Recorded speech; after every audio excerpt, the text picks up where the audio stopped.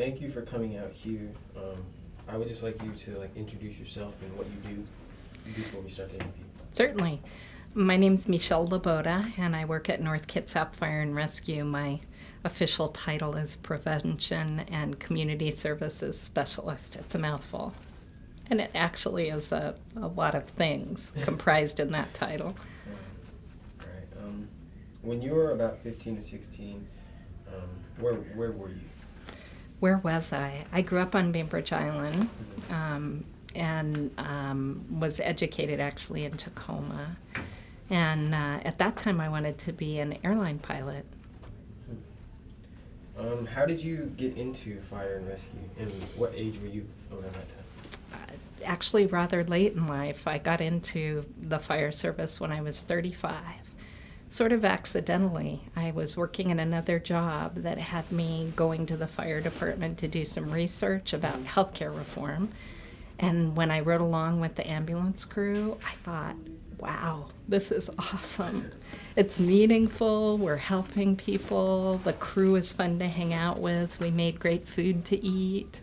Some of the things we saw were sad, but it felt important. And so I signed up to be a volunteer. And then when I lost my other job, I was working for somebody who was elected, and they were defeated in the next election. I decided, well, maybe I'll pursue that career. So that was 20 years ago now. Okay.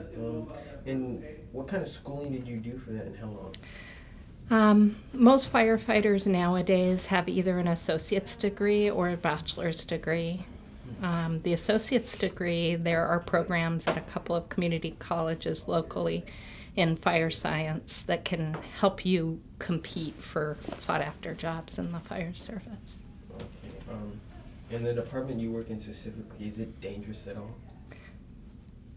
Firefighting can be dangerous, but we work really hard at keeping our personnel as safe as possible. We don't risk a lot if we can only save a little. Mm-hmm. So we'll risk a lot to save a lot, but we won't risk a lot to save a little. Okay. Before you started and when it was kind of more of an idea, how did your family feel about what you wanted to become? Well, since I'd already had a rather non-traditional career path as a pilot, I think they weren't surprised when I decided I wanted to be a firefighter. How strenuous is your everyday like?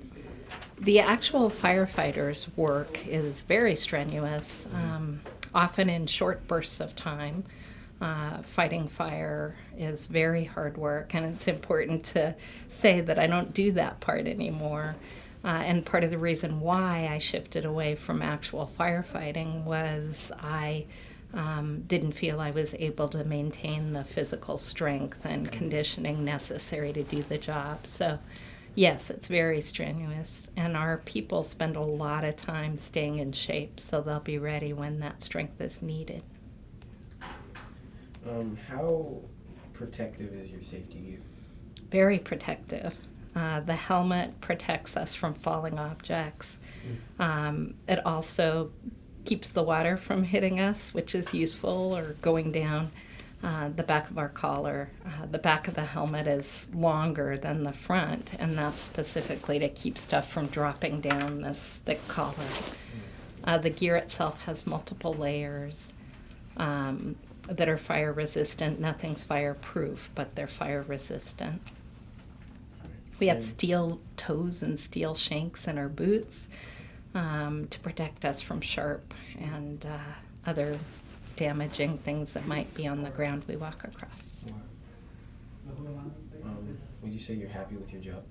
It's the best job on the planet. Even though I don't get to fight fire anymore, which, by the way, was great fun, I'm still working with people who do important things every day, just like when I first got a glimpse of the profession, and talking about them and making sure the public knows what we're doing with their tax dollars, helping to save lives through prevention side by side with them. It's still the best job ever. And do you think this is the occupation you retire from? I hope so. this concludes our interview. Thank I would you. just like to thank you once again for coming out here and